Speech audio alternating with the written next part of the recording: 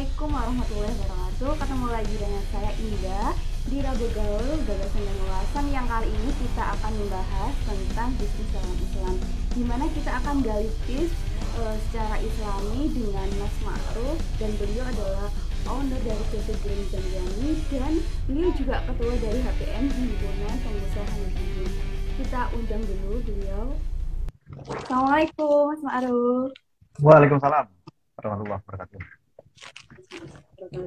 Jadi hari ini kita ketemu lagi ya Mas, di Rabu Gaul Gagasan dan Ulasan yang pastinya edisi kali ini tuh kita akan membahas tentang bisnis. Tapi sebelum kita masuk ke bisnis, saya ingin tahu nih, apa sih itu HPN? Kenapa Mas Ma'ruf tuh juga jadi ketua HPN, dan kedepannya itu seperti apa HPN?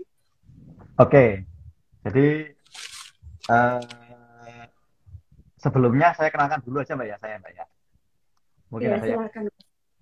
Jadi nama saya kan Ma'ruf Nidomuddin, saya selaku Ketua HPN Lumajang, juga Direktur PT Grand Zamzam Indonesia. Jadi terkait dengan pertanyaan yang pertama tadi, Mbak, sama Mbak, manggil semen? Indah, silakan. Ya, oke. HPN itu Himpunan Pengusaha Nahdiyin. Jadi eh, kalau di Lumajang itu baru ada tahun lalu, saya itu dilantik Oktober 2021. Tapi keberadaan HPN sendiri itu sebenarnya sudah ada mulai tahun 2011. Jadi Himpunan Pengusaha Nahdiyin itu dulu diinisiasi dan dibuat oleh PBNU untuk apa ya, menjadi pengusaha-pengusaha yang sudah jalan, yang sudah matang, yang ingin berkumpul, jadi membuat sebuah wadah namanya HPN tadi. Kalau yang kemarin Mas Firman itu pembina HIPSI, kalau HIPSI itu lebih ini ya apa? Sebelumnya memang saya sebelum menjadi ketua HPN, ketua HIPSI, Mbak. Jadi kalau HIPSI itu kita itu lebih memberikan mindset kepada teman-teman yang baru mau berwirausaha. Kita apa istilahnya, spesifiknya memang kita lebih ke, karena santri ya, lebih ke pesantren-pesantren, eh, kita memberikan sharing pengalaman dan segala macamnya. Tapi kalau di HPN ini kita teman-teman pengusaha yang sudah jadi itu lebih apa istilahnya, lebih lebih tepatnya HPN itu mewadahi teman-teman pengusaha yang sudah jadi dan yang sudah matang dan sudah berjalan. Hmm, Berarti kalau HIPSI itu lebih ke gimana mulai awal merintis atau ingin Betul. mengembangkan sebuah bisnis. Tapi kalau yang HPN sendiri itu ngelolahnya gimana seperti itu ya? Lebih fokus Ya, ke mengelola. jadi betul. Kalau saya lebih simpelnya lagi sih, kalau HIPSI itu lebih ke UMKM, kalau HPN itu lebih segmen menengah ke atas gitu. Usahanya Makanya yang Mas Maruf sendiri dirikan PT Grand Zamzamia. Itu kalau ya boleh tahu sejak kapan sih Mas? Gen Zamzam. Iya. Gen Zamzam itu 10 tahun yang lalu, Mbak. Jadi Oh, sudah 10 tahun yang lalu, jadi tahun 2022 ini itu kita sudah Desember nanti itu kita ulang tahun yang ke-10. Jadi kita hmm, mulai merintis properti itu mulai tahun 2012. Jadi sampai saat ini itu alhamdulillah sudah berjalan 10 tahun. Jadi kita berkiprah di Lumajang sudah lumayan lama. Alhamdulillah. Soalnya saya sendiri kan sebelum apa bertemu dengan jenengan itu browsing ya, cari-cari. Oh, ternyata masih tahun 2021 kan yang di postingan itu. Saya juga kan baru tahu kalau ada PT Grand Zamzami. Tapi Uh, kalau dari Mas Ma'ruf sendiri mengelola perusahaan secara Islam itu gimana, Mas? Gini ya, sebetulnya kalau saya sendiri sih, yang sudah kita jalankan itu mengelola perusahaannya secara Islami. Yang pertama, eh, kemarin Mas Firman kayaknya sudah ini ya, sudah menyinggung juga ya. Cuma kalau dari saya sendiri sih mungkin ada step-step memang. Hmm. Dan sebetulnya itu kalau di runtun-runtun itu ada apa istilahnya,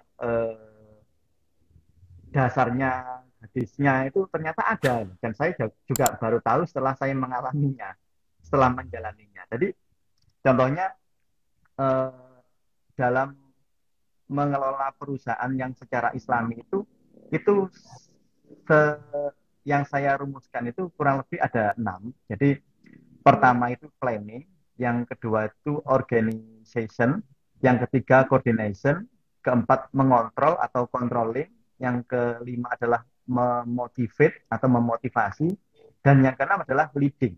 Jadi istilahnya mengaturnya bagaimana, memimpinnya bagaimana.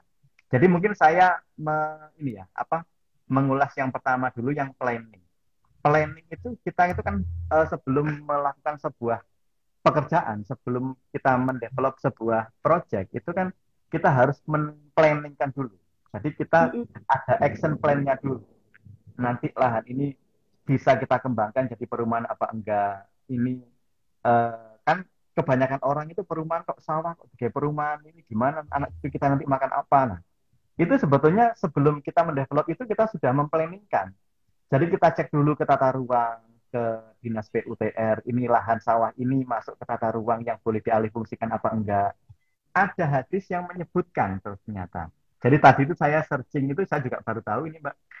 Jadi yang artinya itu gini, sesungguhnya Allah itu sangat mencintai orang yang jika melakukan sesuatu pekerjaan, dilakukan secara itkon atau tepat, terarah, jelas, dan tuntas. Itu hadis riwayat Imam Tobroni. Nah, itu ternyata dasarnya memang sudah ada. Jadi kita sebelum melakukan sesuatu itu memang harus di-planningkan, di-action planningkan dulu kalau dalam bahasa properti. Gitu, Mbak. Berarti visi misinya itu harus jelas ya Mas, kan karena kita memplanning, merencanakan di awal, oh nanti outputnya seperti apa, targetnya seperti apa yang kita inginkan dari bisnis tersebut, kayak gitu ya Mas. Betul. Dan dari planning itu kita melangkah yang keempat itu namanya controlling. Jadi controlling itu kita selalu senantiasa melakukan pengamatan dan kalau bahasa anak kerennya itu kan memonitoring. Jadi istilahnya dari plan awal yang telah kita kerjakan, terus kemudian kita mengkoordinir, yang kedua tadi kan mengorganisasi ya, mengkoordinir teman-teman tim, legalitasnya bagaimana, jalannya, terus keuangannya untuk cash flow dalam satu proyek ini bagaimana, terus kemudian yang ketiga untuk mencapai itu kan kita harus ada koordinasi ya antar tim itu, dan yang keempat kita kontrol. Nah, mengkontrol ini adalah memonitoring hasil rangkaian 1 sampai 4 tadi itu. Ini sesuai dengan realnya enggak? Terus ini melenceng apa enggak? Kalau melenceng seberapa seberapa jauh? Terus kemudian antisipasi kita bagaimana? Nah, itu kurang lebih seperti itu sih, Mbak. Kurang lebih seperti itu. Berarti nanti seandainya kalau kita sudah mengontrol nih, kan kita sudah tahu resikonya seperti ini, solusinya Betul. seperti ini gitu kayak Mas. Kemudian setelah kita di tahap itu apa Mas selanjutnya? Evaluasi ya. Biasanya kan evaluasi di akhir-akhir nih. Betul. Jadi akhir endingnya memang kita evaluasi. Evaluasi itu kita ada jangka pendek, jangka menengah, sama jangka panjang ya. Jadi kalau jangka pendek mungkin 3 bulan atau 1 bulan sekali itu kita evaluasi. Jadi dari proyek ini kita penjualannya bagaimana, terus kemudian kita perlu menambah tim apa enggak. Nah, nanti kita akhirnya eh, bisa memberikan satu satu terobosan atau satu langkah atau satu solusi yang mana apabila langkah tersebut itu tidak, oh ini kalau cara A ini kayaknya nggak masuk ini tahun, project B harus selesai 1,5 tahun. Nah, itu timeline itu nggak boleh terlewati. Nanti kalau terlewati kan otomatis kan cost-nya kan juga bertambah. Kalau cost bertambah berarti kan profit bisa tergerus. Jadi kurang lebih seperti itu nantinya. Biasanya itu ada ini, saya kan pernah mendengar ini sih, kayak hal yang mendesak tapi penting, hal yang mendesak tapi tidak penting, hal yang penting tapi tidak mendesak, dan hal yang mendesak dan tidak penting. Itu Mm-mm. sebenarnya dalam bisnis itu seperti apa ya, Mas? Kalau disangkut pautkan dengan evaluasi kan biasanya kan karyawan itu kayak mementingkan masalah pribadi atau pekerjaannya kayak gitu. Kalau dari Mas sendiri sebagai owner terhadap karyawan seperti itu seperti apa? Oke, jadi kalau di kantor sebab kita lebih memanggil tool sih Mbak. Jadi kita nggak membedakan mereka itu pegawai, mereka itu bukan karyawan karena kita itu sama sama sama leader itu kan yang bagus kan memang itu Mbak. Istilahnya kita jalannya sama-sama. Jadi mereka itu tidak menganggap saya itu atasannya, jadi mereka itu menganggap saya itu kawannya mereka. Jadi kalau ada sesuatu mereka menyampaikan ke saya. Jadi mereka kalau ada keluhan apa, mereka juga flur ke saya juga lebih enak. Jadi kita ke teman-teman tuh dalam satu tim atau lintas tim itu lebih ini apa lebih saling namanya tim ya Mbak. Kalau satu nggak jalan, otomatis kan yang lain juga nggak jalan. Jadi mereka itu saling ini, saling mengkoreksi, saling memotivasi antara satu sama lain eh, itu saling berhubungan. Dan yang terpenting di kami itu eh, turnover karyawan itu kecil. Jadi istilahnya keluar masuknya pegawai itu kecil. Jadi sekali masuk ya sudah eh, mereka enjoy di kami, bergabung bersama kami, besar bersama-sama, kita punya goal bersama-sama, kita capai bersama-sama. Jadi kita lebih dan lebih kita lebih ini sih lebih menekankan kekeluargaan juga sih kepada tim-tim kami itu seperti itu Mbak. Jadi mereka kita buat homey kerja di kantor itu lebih kita buat nyaman sedemikian rupa. Hmm, hmm. Biasanya kan kalau di tahap evaluasi ini ada yang perbaikan, kemudian ada yang berlanjut gitu ya Mas. Nah di Ya, dalam sistem karyawan sendiri kan biasanya karyawan itu bosan kalau lama-lama di bidang ini terus. Lah untuk bisa berkembang itu apa solusi dari Mas Ma'ruf sendiri agar karyawan itu tetap bekerja dengan kita, tidak karena dia bosan malah dia pindah ke kayak gitu. Itu gimana ya. menurut Kalau Mas di Ma'ruf? kami itu gini Mbak, apa istilahnya di kantor itu memang kita selalu ada challenge ya. Jadi ada challenge bulanan, ada challenge tahunan. Nah, challenge tahunan biasanya kita evaluasi akhir tahun. Jadi kayak nanti untuk membuat teman-teman di kantor itu tetap semangat dalam bekerja, itu memang kita selalu ada challenge, Mbak. Jadi challenge yang dalam bentuk jangka pendek dan jangka panjang. Jadi mereka itu selalu kita bikin apa? Selalu bikin eh, buat tantangan itu. Apabila tim ini nggak goal, maka nggak bekerja secara tuntas, maka ya akan apa istilahnya merasa tidak enak dengan tim yang lainnya. Jadi challenge itu terus selalu kita terapkan. Jadi itu yang selalu kita pakai agar ini apa istilahnya eh, suasana kerja dan suasana kenyamanan di dalam bekerja di kantor itu menjadi lebih lebih lebih apa lebih enak, lebih friendly. Jadi seperti itu. Mm-mm. Berarti karena ada challenge pasti ada reward. Jadi buat memotivasi si karyawan agar tetap bekerja di perusahaan kita kayak gitu ya. Ya betul. Jadi Tapi kalau lebih kira-kira, tapi kira-kira selain itu apa saja sih yang perlu dihindari dari apa dalam mengelola perusahaan kayak gitu? yang dihindari ya dalam mengelola perusahaan. Yang sebetulnya yang sudah kita lakukan itu memang eh, secara umum ya, Mas. Secara umum itu dan sebetulnya kalau di dalam Islam itu ada bahasa cara bermuamalah secara Islami itu pertama itu kita tidak boleh merugikan hak orang lain. Kalau dalam Hmm. bahasa Arab itu zulm itu nggak boleh. Gharar itu nggak boleh. Gharar itu artinya tipuan, tipu istilahnya menipu. Kita jual rumah tipe 36 ternyata yang diterima orangnya itu tipenya 30. Nah, itu nggak boleh juga. Sertifikat yang kita jual luas tanahnya 98, ternyata yang dia terima 96, yang dua kemana? Nah, itu juga nggak boleh. Itu sifatnya menipu, itu nggak boleh.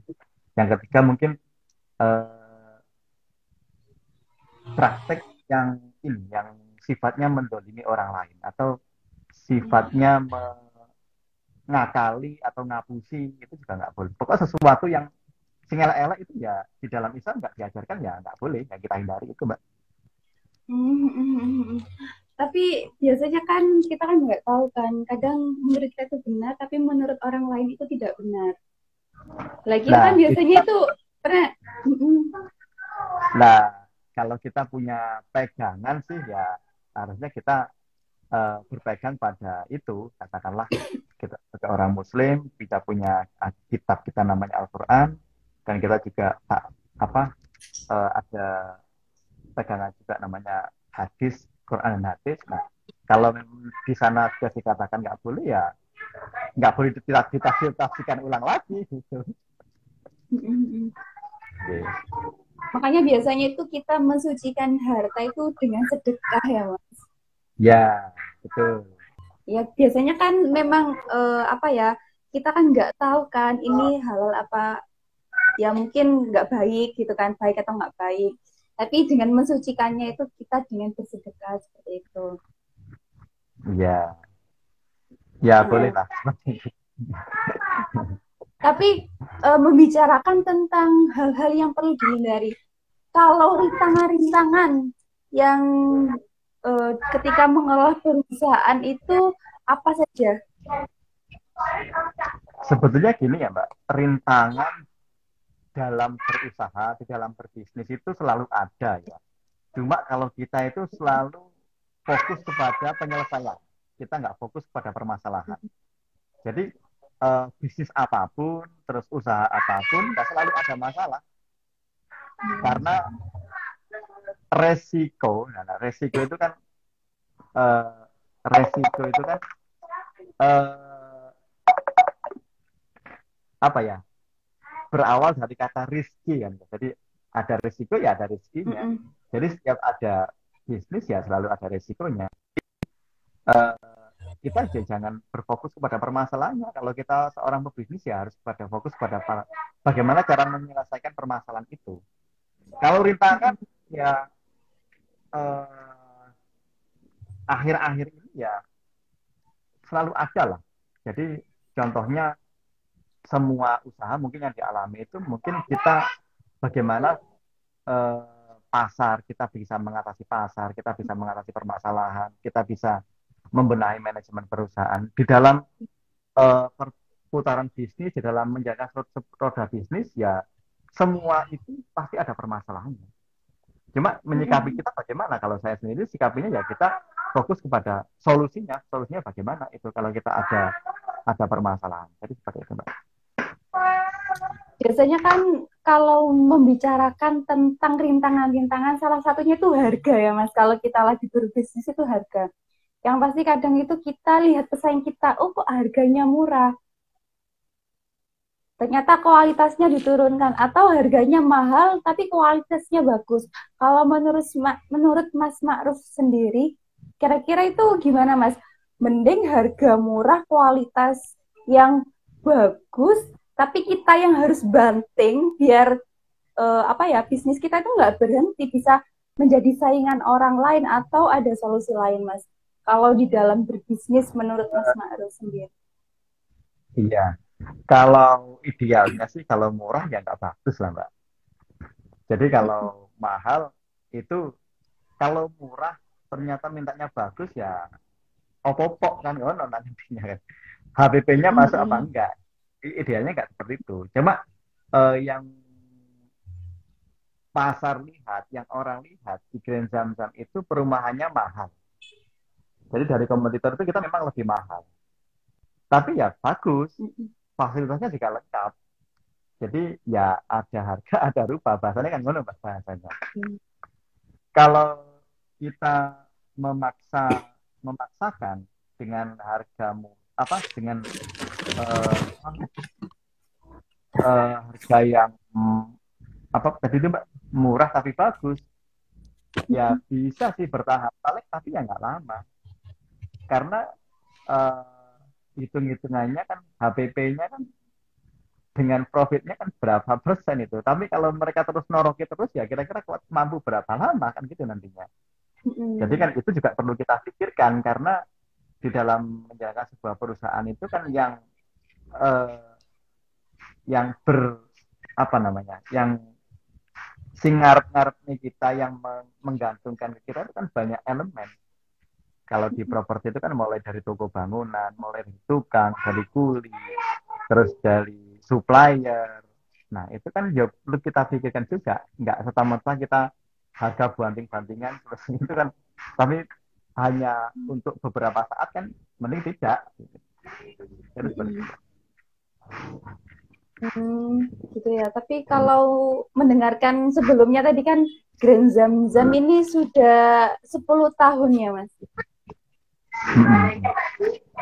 Apa yang Ya, membuat Grand Zam-Zam sendiri itu besar sekarang? Maksudnya, padahal katanya Mas kan tadi mahal. Tapi kan memang bagus kan sarana prasarananya atau fasilitasnya lah ya. di samping kualitas bangunan itu, katakanlah kita berkomitmen menyelesaikan, nanti balik nama selesai 3 bulan, nah itu harus selesai. Apapun terjadi di lapangan kan, pembeli kan nggak mau tahu, dan itu kita harus menjaga itu. Walaupun kos yang kita keluarkan sedikit lebih banyak, itu nggak ada masalah. Jadi komitmen itu selalu kita jaga, Mbak. Terus yang kedua itu, selain kita menjaga komitmen itu, yang menjadikan Grand Zam-Zam sampai saat ini itu kuat, sampai saat ini berkembang, ya itu kita. Jadi eh, kita selama 10 tahun itu fokus di real lini usaha properti. Jadi kita nggak noleh-noleh, walaupun ada apa istilahnya, ada yang ngajak, oh ayo kita coba usaha ini, ayo kita coba usaha ini. Itu kita belum dulu, karena kita eh,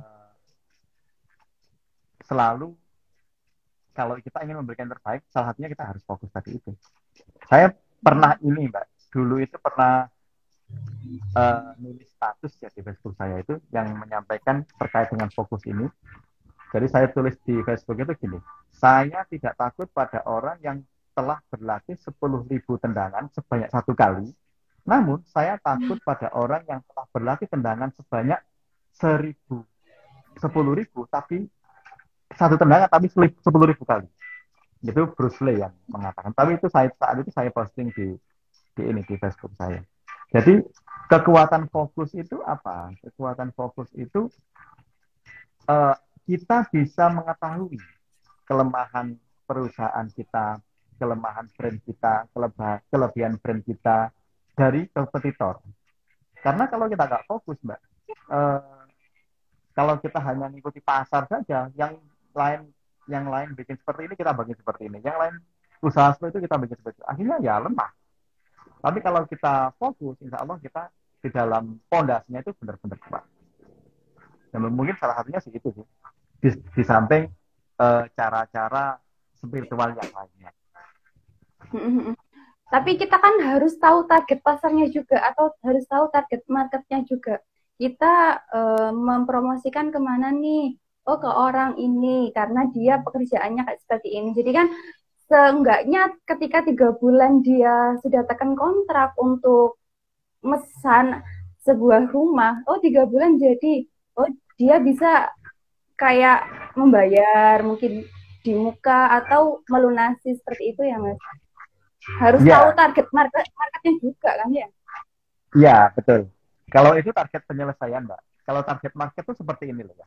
Jadi target market itu gini. Dan Zam-Zam kita bikin rumah 2 lantai dengan harga 500 juta, itu siapa yang akan membeli? Itu nanti kita bikin kayak semacam ini ya, kayak semacam lingkaran-lingkaran gitu ya, Mbak. Jadi lingkaran pertama, siapa yang butuh rumah? Akhirnya kita muncul, semua orang, laki-laki, perempuan yang sudah menikah pasti butuh rumah.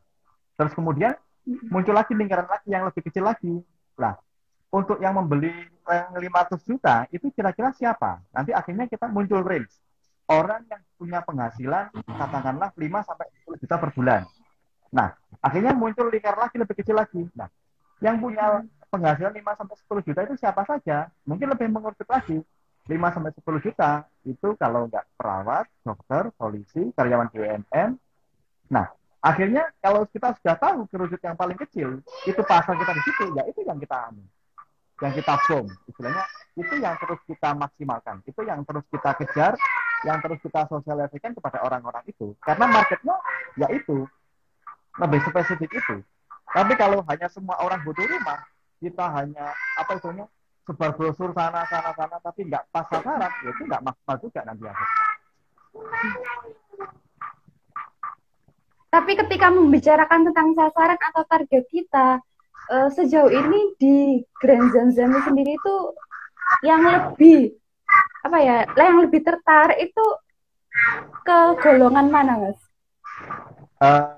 Ya yang nggak terlalu mahal juga nggak terlalu murah. Jadi yang range tengah-tengah lah. Jadi range antara 250 sampai 350 itu kita ada. Jadi karena di dalam satu proyek itu sebetulnya kita ada beberapa tipe sih Mbak. Jadi ada beberapa tipe. Misalkan yang di Tegalan Residen itu yang di timurnya Alexas itu kan ada 3 tipe. Tipe 36, tipe 44 sama tipe 60. 60 itu yang 2 lantai. 2 lantai itu kan di depan biasanya. Nah, depan itu memang kita kita khususkan kepada segmen orang-orang yang ini, orang yang penghasilan tertentu. Bawahnya lagi itu bisa dijangkau oleh kelas menengah dan bawahnya lagi itu bisa dijangkau oleh semua orang.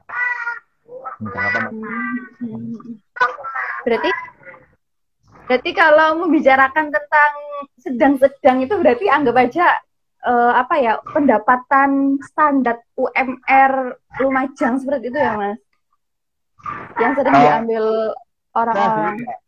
Betul. Karena hitungan orang beli rumah itu di bank itu hitungannya kan joint income, Mbak. Jadi joint income itu katakanlah si istri penghasilannya 2 juta, si suami hitungannya 2 juta, itu kan joint income. Berarti kan hitungannya banget penghasilannya kan 4 juta. Nah, dari 4 juta itu hitungan gampangnya kemampuan dia ngatur itu kan 50%-nya atau 60%-nya. Jadi gitu itu. Jadi dalam katakanlah 2,5 tapi kalau 15 tahun. Gimana Mas? Ya, jadi katakanlah dengan penghasilan 2,5 juta per bulan, itu nanti dapat plafon berapa kalau di KPR kan dalam jangka waktu 10 tahun atau 15 tahun.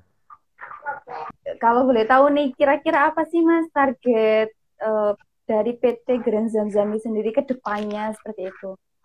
Mungkin sambil menunggu pertanyaan teman-teman ya. Buat teman-teman, aku ingetin lagi, silakan kalau mau ada pertanyaan, kalian bisa klik icon question agar kita bisa tanyakan ke Mas Zamzami dan ada feedback dari Mas Zamzami. Yeah. Jadi kalau target kita sih Mbak, ya inginnya kan kita bisa menjadi perusahaan yang perusahaan yang besar,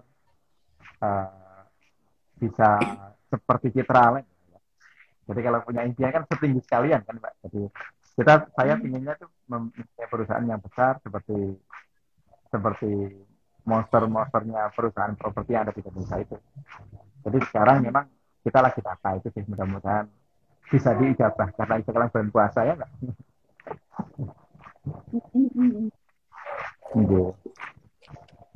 Berarti apa ya?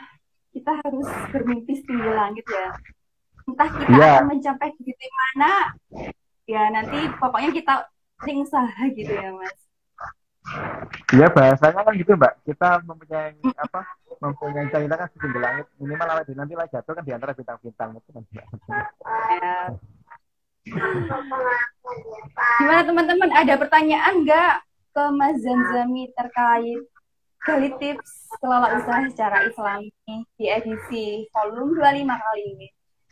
Oh ya, hari ini juga aku lagi pakai hijab dari Imelda dan ini tuh mudah banget buat diatur hijabnya, dan yang penting tuh ini asli Lumajang ya, karena kita nggak sengaja mempromosikan lewat hijabnya, yaitu ini ada Belaga Arum yang baru bulan-bulan kemarin launching ya.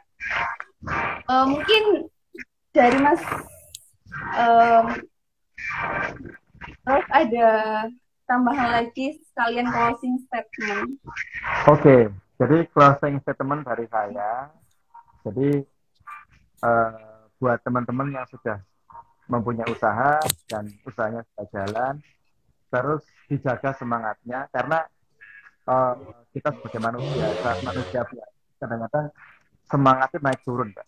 Semangatnya naik turun. Jadi saat semangat Anda turun, sampai pikirkan di mana masa-masa yang nggak enak, di mana masa saat sampean dikecilkan orang, saat sampean diremehkan orang, itu selalu sampean ingat-ingat.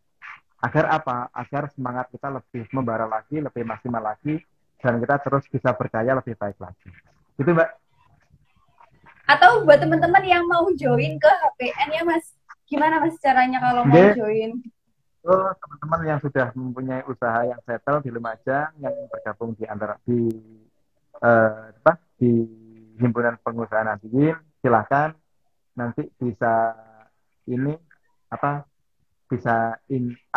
kalau di IG itu Mbak, inbox atau apa Mbak? Ya inbox, bisa DM. kontak admin atau DM, bisa nanti kontak admin di Lumajang, nanti Mas Dana bisa menghubungi saya. Bener banget. Ini buat teman-teman yang mau join HPN bisa banget nge-DM Mas Ma'ruf di Instagramnya Mas Ma'ruf ya Mas? Iya, boleh. Iya, saya error Mbak HP ini Mbak. Oh iya, gak apa-apa, yang penting kita hari ini bisa berkomunikasi, ngobrol banyak tentang bisnis dan cara mengelola bisnis dan nemenin teman-teman visitor ngabuburit ya Mas. Dan insya Allah apa yang kita obrolin hari ini bermanfaat dan bisa diambil hikmahnya. Mungkin kita ambil foto dulu ya Mas. Boleh, silakan. Ya. Sebentar ya. 1, 2, 3. Udah. Terima kasih banyak Mas Ma'ruf karena udah hadir di sore hari ini. Sama-sama. Terima kasih. Salam kenal ya Mas. Sama-sama. Sukses selalu buat bisnis Lumajang. Ya, terima kasih Mas. Sama-sama.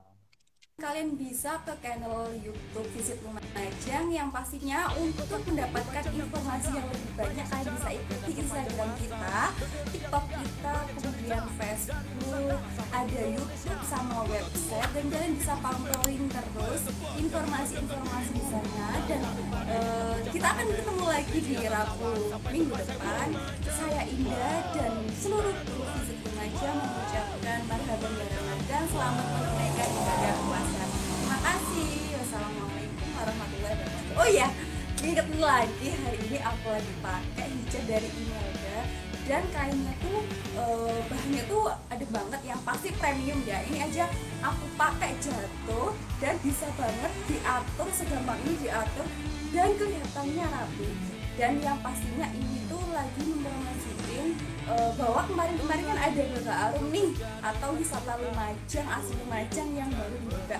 Dan si